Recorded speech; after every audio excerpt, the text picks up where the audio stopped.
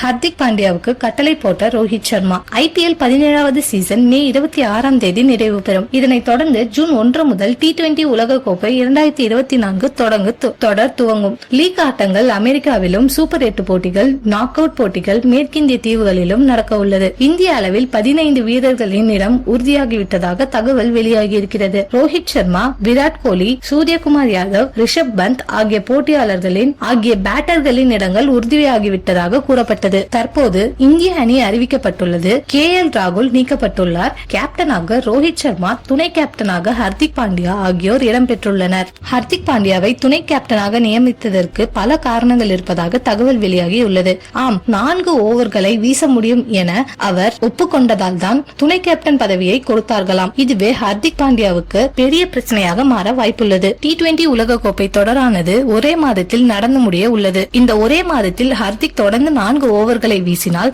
அவருக்கு மீண்டும் காயம் ஏற்பட வாய்ப்புள்ளது.